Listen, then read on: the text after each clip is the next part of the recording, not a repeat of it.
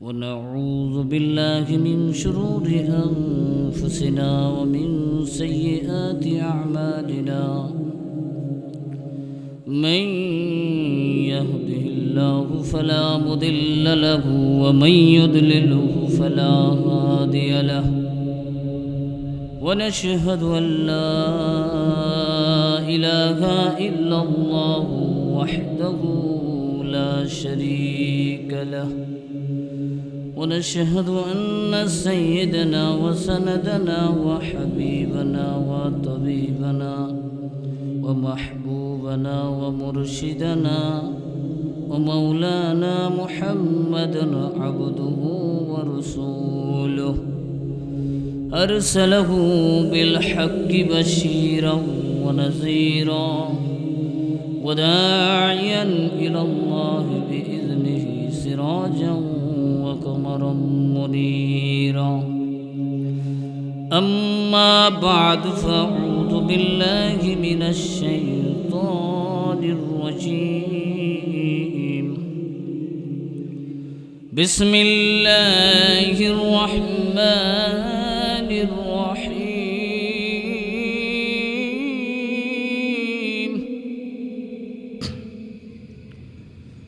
إن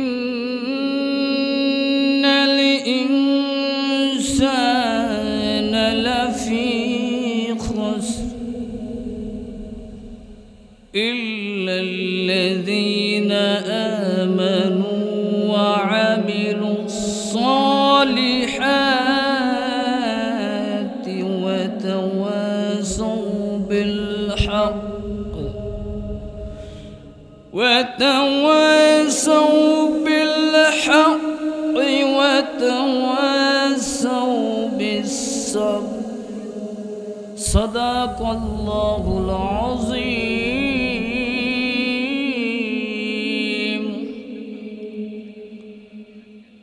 عن أبي سعيد الخدري رضي الله عنه قال رسول الله صلى الله عليه وسلم يوشك أن يكون خيرا ما للمسلم غنم يتبع بها شعف الجبال ومواقع القطر يفر بدينه من الفتن أو كما قال عليه الصلاة والسلام. اللهم صل على محمد وعلى آل محمد كما صليت على إبراهيم وعلى آل إبراهيم إنك حميد مجيد. اللهم بارك على محمد وعلى آل محمد كما باركت على إبراهيم وعلى آل إبراهيم إنك حميد مجيد. رہے میرے مسکن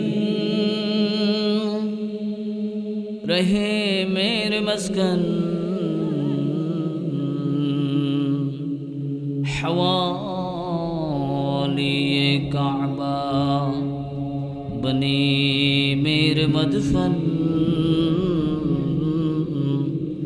دیار مدینہ بلغ الولا بکمالہ کشف الدجى بجمالہ حسنت جميع خصاله صلوا عليه وآله.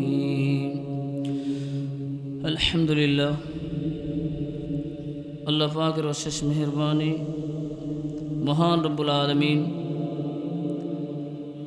আমাদেরকে একটি মহতি বার্ষিকী কোরআন ও হাদিসের মজলিসে আসার বসার তৌফিক দান করেছেন। পারবাকাপুর মধ্যপাড়া যে বাৎসরিক মাহফিল সুস্থতার সাথে সুস্থতার নিয়ামত দান করে আমাদের সকলকে আসার বসার যে তৌফিক দান করেছেন তার জন্য সকলেই শুকরিয়া আদায় করি। সকলে বলি আলহামদুলিল্লাহ। এবং দুরুদ ও সালাম বর্ষিত হোক আমাদের প্রিয় নবী আকায়ে নামদার তাজদারে মদিনা সৈয়দুল মুরসালিন শাফিউল মুসলিমিন আহমদ মুস্তফা মুহাম্মদ মুস্তফা, সকলে বলি সাল্লাল্লাহু আলাইহি ওয়াসাল্লাম।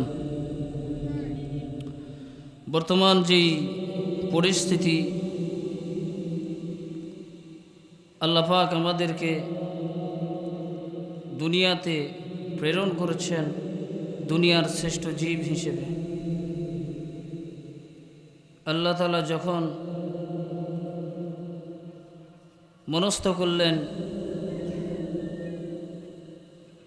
ইন্নী জাইলুন ফিল আরদি খলিফা, নিশ্চয় আমি দুনিয়াতে আমার খলিফা সৃষ্টি করব। ফেরেশতারা তখন বলল, কাদেরকে সৃষ্টি করবেন? যারা রক্তপাত করবে, যারা ফিতনা ফাসাদ করবে, তাদেরকে সৃষ্টি করতে চান? ক্বালা ইন্নী আ'লামু মা লা তা'লামুন। আল্লাহ বলেন, হে ফেরেশতারা, তোমরা যা জানো না আমি আল্লাহ পাক তা জানি। তো রসুল সাল্লাল্লাহু আলাইহি ওয়াসাল্লামকে আমাদেরকে শ্রেষ্ঠ নবী হিসেবে পাঠিয়েছেন। সবচেয়ে বড় নিয়ামত হলো আল্লাহ তাআলার কঠিন আযাবের মুখোমুখি যেই উম্মত হয়েছে, সেরকম কঠিন আযাবের মুখোমুখি সর্বশেষ নবীর উম্মতেরা তার থেকে হেফাজত রয়েছে বরকতি দোয়ার ফলে। এবং যুগে যুগে যেমনভাবে ইসলামের শুরু লগ্নে জাহেলিয়াত দিয়ে শুরু হয়েছিল, জাহেলিয়াতের যে সূচনা হয়েছিল, আস্তে আস্তে আস্তে আস্তে যখন দুনিয়ার সময় যখন পেরিয়ে যাওয়ার সাথে সাথে মানুষ বিভিন্ন ফিতনার ভিতরে নিপতিত হয়ে যাবে। যেই ফিতনার দরুন মানুষ ঈমান হারা হয়ে যাবে, যার ঈমান দুর্বলতার কারণে সে কঠিন আযাবে নিপতিত হবে, কঠিন ধ্বংসের ভিতরে নিপতিত হবে, যা কল্পনার অধিক পর্যায়। এজন্য রাসূল সাল্লাল্লাহু আলাইহি ওয়াসাল্লাম বলেন, বাদিরু বিল আমালি ফিতনা কাকিতুল লাইলি মুসলিমি। বাদিরু বিল আমালি ফিতনা, এই ফিতনা থেকে সতর্ক থাকার কথা বলেছে। অর্থাৎ কাকিতুল লাইলি মুসলিমি, অন্ধকার নাই রাতের মতো, কুটকুটে অন্ধকার নাই রাতের মতো ফিতনা মানুষের রন্ধে রন্ধে প্রবেশ করবে। এমনভাবে প্রবেশ করবে ইউসবিহু মুমিনান ওয়া ইসমি কাফিরান। মানুষ সকালবেলায় মুমিন থাকবে, আবার সন্ধ্যাবেলায় কাফির হয়ে যাবে। এমন সময় আসবে ওয়া ইসমি মুমিনান, আবার সন্ধ্যার সময় কাফের থাকবে। ওয়া ইসবিহু কাফিরান, ওয়া ইসবিহু কাফিরান, সন্ধ্যাবেলায় আবার মুমিন থাকবে, সকালবেলায় আবার কাফের হয়ে যাবে। ওয়া ইয়াবিউ দীনহু, এবং সে তার দিনকে বিআরদি মিনাত দুনিয়া, তার দিন ও ইমানকে বিক্রি করবে দুনিয়ার লালসা, দুনিয়ার সম্পদের লোভে।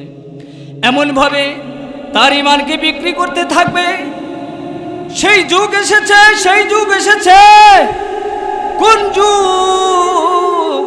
সরকারে দু আলম নবী সাল্লাল্লাহু আলাইহি ওয়াসাল্লাম বলেন, সরকারে দু আলম নবী সাল্লাল্লাহু আলাইহি ওয়াসাল্লাম বলেন, قال رسول الله صلى الله عليه وسلم يوشك أن يكون خير مال المسلم غنم يتبع بها শাফাআল জিবালি ইয়াতবাউ বিহা শাফাআল জিবালি। এমন একটা সময় আসবে মানুষ একটা ভেড়ার ছাগল নিয়ে ছাগল নিয়ে ইয়াতবাউ বিহা শাফাআল জিবালি, সে চলে যাবে পাহাড়ের চূড়ায়, সে চলে যাবে ওয়া মাওয়াকি আল কতরি, সে বৃষ্টি বর্ষণের স্থানে গ্রহণ করবে, সেখানে অবস্থান গ্রহণ করবে, সেখানে অবস্থান গ্রহণ করবে। কেন গ্রহণ করবে? সরকার দু আলম নবী হাদিসের মধ্যে বলেছেন ইয়াফিরু বিদীনিহি মিনাল ফিতান, সে তার ঈমানকে বর্তমান জামানার ফিতনা থেকে বাঁচানোর জন্য ইয়াতবাউ বিহা শাআফাল জিবালি, পাহাড়ের চূড়ায় অবস্থান করবে। আল্লাহ রাব্বুল আলামিন ঈমান গ্রহণের শর্তারূপ গ্রহণ করেছেন কিতাবুল ঈমানের ভিতরে। ঈমান কিভাবে গ্রহণ করতে হবে ফিতনার থেকে বাঁচানোর জন্য কিতাবুল ঈমানের ভিতরে সহিহ বুখারী, সহিহ মুসলিম, সহিহ তিরমিজি, আবু দাউদ শরীফের ভিতরে কিতাবুল ঈমান এবং কিতাবুল ফিতানের মধ্যে সব কিছু বিস্তারিত বলে দিয়েছে। সর্বপ্রথম সমস্ত হাদিসের কিতাবে ঈমান দ্বারা শুরু হয়েছে আর আমল দ্বারা শুরু হয়েছে। ঈমানের হাদিস আর আমলের হাদিস সংরক্ষিত হয়েছে। আর তোমার শেষ পর্যায়ে গিয়ে কিয়ামতের আলামত আর ফিতনা দিয়ে হাদিস শুরু হয়েছে। কেন জানোনি? কেন জানোনি? জানো না, কারণ প্রথমে মানুষের ঈমান তো থাকবে, এটা আস্তে আস্তে আস্তে করে ফিতনার জামানা আসার সাথে সাথে এরা নিবৃত হয়ে যাবে। সরকারে দু আলম নবী সাল্লাল্লাহু আলাইহি ওয়াসাল্লাম হাদিসের মধ্যে যে বললেন ইউশিকু আন ইয়াকুনা খায়রুন মালিল মুসলিমি গনামুন, যে মানুষের হালাল সম্পদ থাকবে এক ছাগলের পাল। কি কারণে থাকবে? এটা কি কারণে থাকবে? এর ব্যাখ্যা গ্রন্থে হাদিস বিশারদগণ বলে গেছেন যে যখন দেখা যাচ্ছে মানে যখন তখন আবার বসার কথা বলে নাই, যখন তখন চুপ করে বসে থেকে আপনাকে লীলা তামাশা দেখতে বলে নাই, এমন সময় চুপ থাকতে বলেছে। আবার কোনো সময় বাতিলের বিপক্ষ হয়ে হকের পক্ষে লড়াই করার কথা বলেছেন, হকের পক্ষে লড়াই করার কথা বলেছেন। ইউরোপ এর ব্যাখ্যা বিশ্লেষণে হাদিস বিশারদ বলেছেন যে যখন দেখবা যে হক আর বাতিলের মধ্যে সংঘর্ষ হচ্ছে, অর্থাৎ যখন হকের সংখ্যা কম হোক আর বেশি হোক, বাতিলের সংখ্যা অধিক হোক, তখন হকের পক্ষে লড়াই করে বসে না থেকে জিহাদের তামান্না নিয়ে হাতে অস্ত্র উঠিয়ে তার বিরুদ্ধে যুদ্ধের মোকাবেলা করাই হলো একজন ঈমানদীপ্তের মুসলমানের দায়িত্ব হয়ে পড়ে যায়। এবং 2 নাম্বার কথা হলো চুপ এমন সময় থাকবে যখন হক আর বাতিল চেনার কোনো উপায় থাকবে না। ইয়াফিরু বিদীনিহি মিনাল ফিতান, মানুষ ফিতনার থেকে বাঁচানোর জন্য, নিজের ঈমানকে বাঁচানোর জন্য পাহাড়ের চূড়ায় কিংবা ওয়া মাওয়াকি আল কতরি, সে বৃষ্টি বর্ষণের স্থানে গ্রহণ করবে। কেন গ্রহণ করবে? যেমন এই ফিতনার কথা এটা কখন বলে গিয়েছেন রাসূল সাল্লাল্লাহু আলাইহি ওয়াসাল্লাম 1450 বছর আগে এর ভবিষ্যৎবাণী করে গেছেন। এই জন্যই তো আমাদের দেশে ভূমিকম্প হয়, এই জন্য আমাদের দেশে শিলাবৃষ্টি হয়। শিলাবৃষ্টি আর ভূমিকম্পে, কয়েকদিন আগে ভূমিকম্পে সারা দেশ একবারে কম্পন উঠে গিয়েছিল না? কি কারণে উঠে গিয়েছিল? রাসূল সাল্লাল্লাহু আলাইহি ওয়াসাল্লাম তাও হাদিসের ইবারতে বর্ণনা করে গেছেন। এটা হলো মিশকাত শরীফের 5450 নম্বর হাদিস, মুত্তাফাকুন আলাইহি, বুখারী এবং মুসলিম শরীফের রওয়ায়াত অনুযায়ী রাসূল সাল্লাল্লাহু আলাইহি ওয়াসাল্লাম ভবিষ্যৎবাণী করে গেছেন। তার আগে এই হাদিসের ব্যাখ্যা বলে যায় হক আর বাতিল কেমনভাবে চেনা যাবে না? যখন দেখা যাচ্ছে রসুল সাল্লাল্লাহু আলাইহি সাল্লাম একটি হাদিসের মধ্যে যে 15টি কারণ বলেছেন, ওয়া তুআল্লিমা লিগায়রি ওয়া তুআল্লিমা লিগায়রিদ দ্বীন, অর্থাৎ ইলমে দ্বীনের ভিতরে বিকৃতি ঘটে যাবে। এটা কেন বলেছে? এর বিশদ ব্যাখ্যা রয়েছে। অর্থাৎ যখন দেখা যায় আলেম এবং জালেম একসাথে একই কাজে লিপ্ত থেকে অনাচার, অত্যাচার এবং কুফরি মতবাদকে গ্রহণ করেছে। বর্তমান কুফরি মতবাদের সবচাইতে বড় ফিতনার নাম হলো গণতন্ত্র। কি নাম? সবচাইতে কুফরি মতবাদের নাম হলো গণতন্ত্র। এই সবচাইতে বড় ফিতনা মানুষের ঈমানকে বিনষ্ট করার জন্য এই বর্তমান জামানার সবচাইতে বড় ফিতনা হলো এই গণতন্ত্র। যদি এই গণতন্ত্রকে কেউ সমূলে এটা বিতাড়িত করা অস্বীকার করে, যদি এটা গ্রহণ করে এটাই মানুষের মুক্তির পথ, সে কুফরির ভিতরে নিমজ্জিত হয়ে যায়। সে কুফরির ভিতরে কি হয়ে যায়? সে কুফরির ভিতরে নিমজ্জিত হয়ে যায়। অর্থাৎ গণতন্ত্রের ভিতরে কি, এই যে রাসূল সাল্লাল্লাহু আলাইহি সাল্লাম বললেন, ইয়াফিরু বিদিনিহি মিনাল ফিতন, অর্থাৎ মানুষ ফিতনার থেকে বাঁচার জন্য নিজের ঈমানকে নিয়ে চলে যাবে। অর্থাৎ বর্তমান জামানার দিকে তাকান, ফিতনার হাদিস বিশারদগণ এইভাবেই ব্যাখ্যা করেছেন। আমার কথা কোনো দলিল ছাড়া, কোনো দলিলে আদিল্লা ছাড়া আমি কোনো কথা বলবো না। যা বলবো কোরআন হাদিসের দ্বারাই বলবো। এই কথাগুলো ভালো করে শুনে নেন, নিজের মস্তিষ্কের ভিতরে প্রবেশ করান। রাসূল সাল্লাল্লাহু আলাইহি সাল্লামের হাদিসের ব্যাখ্যা হাদিস বিশারদগণ দিয়ে গিয়েছেন। তিনারা বলেছেন যে বর্তমান জামানার যে ফিতনা, এই ফিতনার থেকে মানুষ ঈমানকে বাঁচাবে। অর্থাৎ গণতন্ত্র এসে কি করেছে? গণতন্ত্রের ফিতনা, প্রথম ফিতনা হলো গণতন্ত্র হচ্ছে সমস্ত ক্ষমতার উৎস হলো মানুষ। আসলে সমস্ত ক্ষমতার উৎস কে? সমস্ত ক্ষমতার উৎস আল্লাহ। আল্লাহ রব্বুল আলামিন হলো সমস্ত ক্ষমতার উৎস। আল্লাহ বলেন, আল্লাহ রব্বুল আলামিন বলেন, সমস্ত জমিনের ভিতরে আধিপত্য শুধু কার? সমস্ত জমিনের আধিপত্য হচ্ছে আল্লাহর। সমস্ত সৃষ্টির প্রতি আধিপত্য কার? আল্লাহর। আল্লাহ রব্বুল আলামিন এই জমির সৃষ্টি করেছে, আইন চলবে কার? আইন চলবে আল্লাহর। কিন্তু ফিতনার জামানায় আল্লাহর আইনকে ভুলে যখন বর্তমান ফিতনার জামানায় ঢুকে যাবে, তখন সে তার ঈমানকে নিয়ে ফিরবে না, সে কুফরি মতবাদের দিকে যাইতে থাকবে। অর্থাৎ সে গণতন্ত্র নামক যে কুফরি মতবাদ রয়েছে, নারী পুরুষ সমান অধিকার দেওয়া শুরু করবে। নারী পুরুষ সমান অধিকার করলে আরো মানুষের উপর জুলুম হয়ে যায়। কেমন ভাবে জুলুম হয়ে যায়? আল্লাহ রব্বুল আলামিন তো মানুষদেরকে ন্যায় দেওয়ার জন্য কোরআন নাযিল করেছে, সমান অধিকার দেওয়ার জন্য নয়। নারীর যা প্রাপ্য আল্লাহ রব্বুল আলামিনের বিধানে তা দেওয়া রয়েছে। নারীর যে সম্মান আল্লাহ পাক কোরআনের ভিতরে তা দিয়ে দিয়েছে।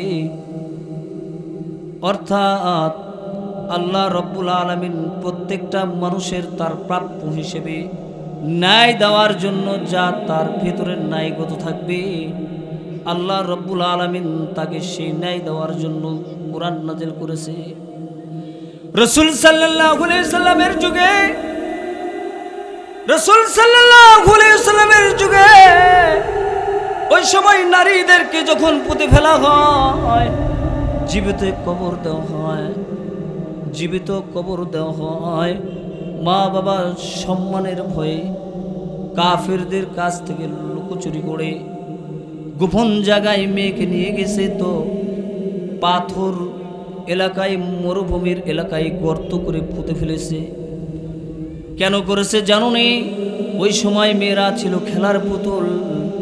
রাসূল সাল্লাল্লাহু আলাইহি ওয়াসাল্লাম যখন নবুয়ত পেলেন, নবুয়তের 40 বৎসরের পর, নবুয়তের যে 40 বৎসর হয়েছে, ওই নবুয়ত পাওয়ার পরে নারীদের অধিকার আল্লাহ রব্বুল আলামিন কোরআন দিয়েছেন।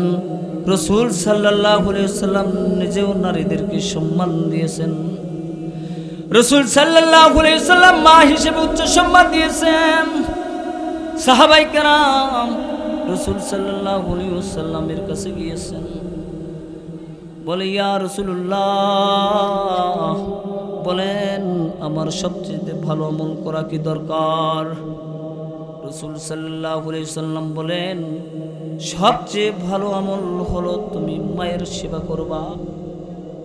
আবার বলছে কার সেবা করব? মায়ের সেবা করবা। আবার বলছে কার সেবা করবা? বলছে মায়ের সেবা করবা। আবার বলছে কার সেবা করবা? কার সেবা করব ইয়া রাসূলুল্লাহ? রাসূলুল্লাহ সাল্লাল্লাহু আলাইহি ওয়াসাল্লাম বলেন, তুই তোর বাপের সেবা করবি। মায়ের মর্তবা 3 বার হয়েছে, আর বাপের মর্তবা রাসূলের ভাষ্য অনুযায়ী 1 বার করছে।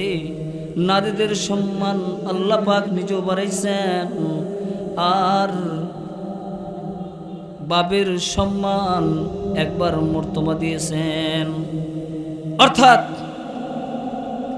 যখন অন্যান্য ধর্মাবলম্বীর দিকে তাকাবেন, যখন অন্য ধর্মের ভিতরে দেখবেন নারীদের অগ্রাধিকার তেমন কোনো কিছু নাই, সেইখানে জমির ভাগাভাগি যদি হয়, ভারতে অনেক হিন্দু মহিলা যারা বলেছে মুসলমানদের যদি পিতৃর জমির উপর অধিকার আদায় করতে পারে, তাহলে আমরা কেন পারবো না?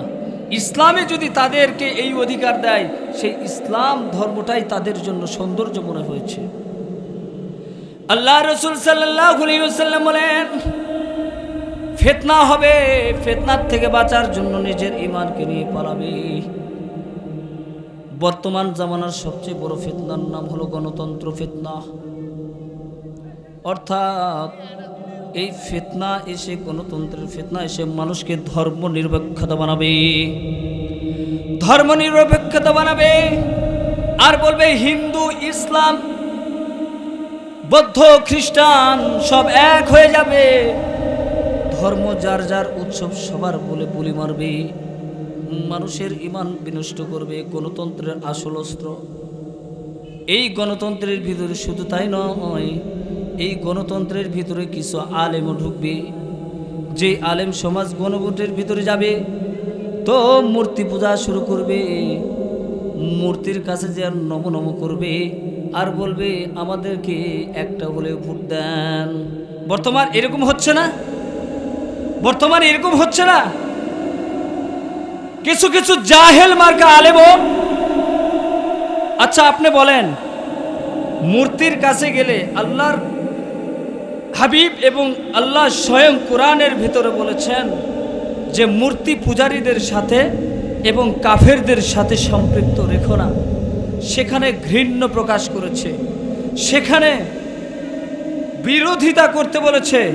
এমনকি কুফারুল জাহিদি, অর্থাৎ কাফেরদের বিরুদ্ধে, কুফার ওয়াল মুশরিকিন, এবং কাফের এবং মুশরিকদের সাথে তাদের সম্পর্কটা বজায় না রেখে তাদের কাছ থেকে পৃথক হয়ে যুদ্ধের ঘোষণা করেছেন। সেইখানে মানবতা দেখারও তো একটা কাজ আছে।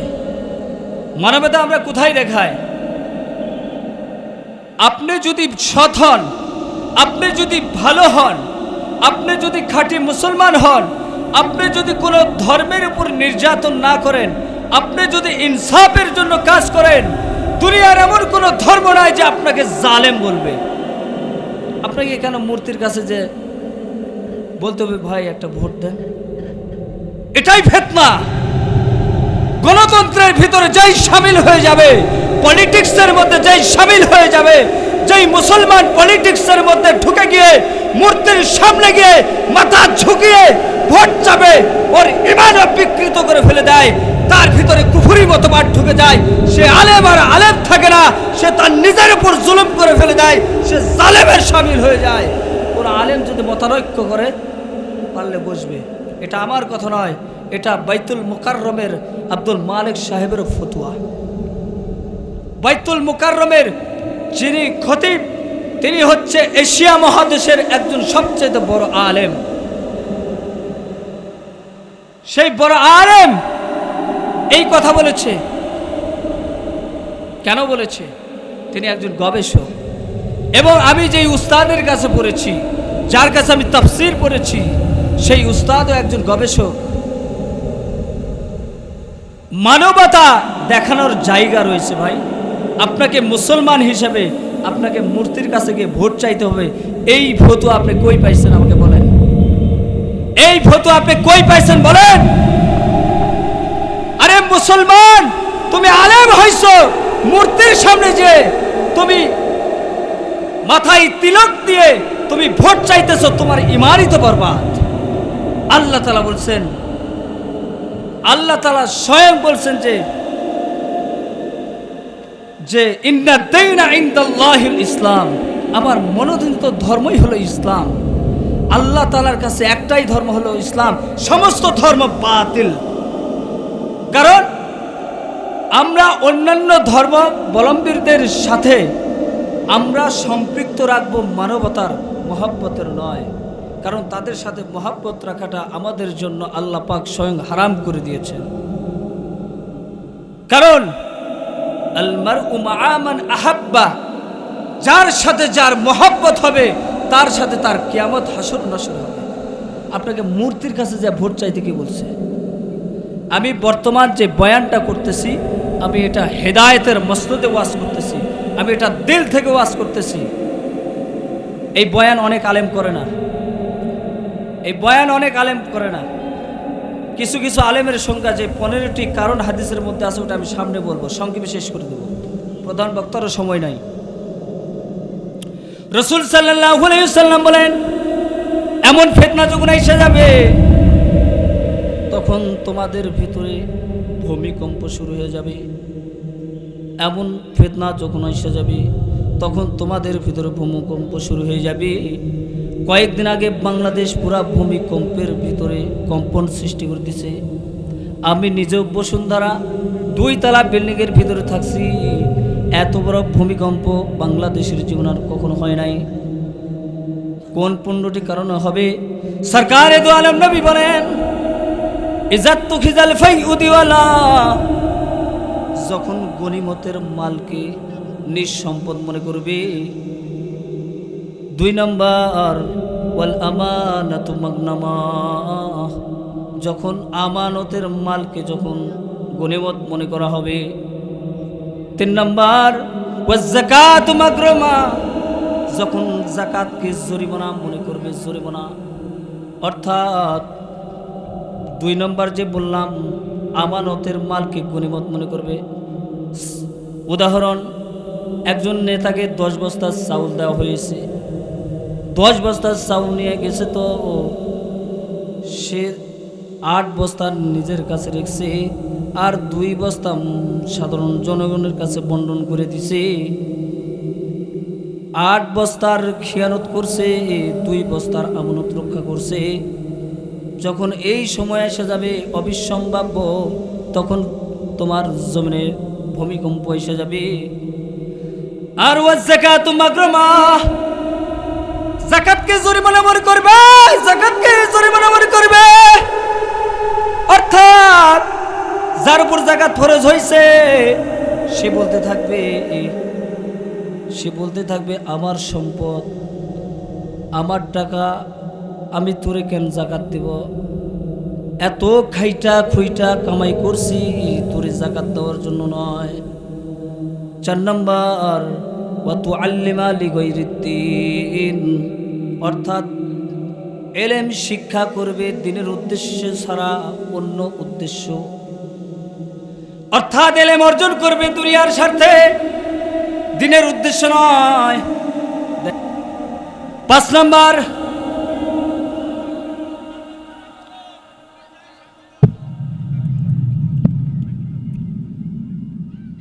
পাঁচ নম্বর হচ্ছে ওয়া আতো আর রজুল ইমরাআ, অর্থাৎ পুরুষেরা নারীর আনুগত্য শুরু করবে, অর্থাৎ স্বামী তোমার স্ত্রীর পূজা শুরু করবে। 6 নম্বর ওয়া আক্কু উম্মাহ, অর্থাৎ মায়ের অবাধ্য হবে। 7 নম্বর ওয়া আদনা সদিকু, অর্থাৎ বন্ধু বান্ধবকে আপন মনে করবে। 8 নম্বর ওয়া আকসা আবাহ, অর্থাৎ বাবাকে অবাধ্য করবে, বাবার অবাধ্য হবে। 9 নম্বর হচ্ছে ওয়াজহারাতুল আসওয়াতি ফিল মাসাজিদ, মসজিদের ভিতরে হইচই শুরু করবে, মসজিদের ভিতরে শোরগোল শুরু করবে, অর্থাৎ বাড়িতে বইয়ের উপর রাগ ধারছে, ইমামের সাথে রাগ করবে, মুয়াজ্জিনের সাথে রাগ করবে।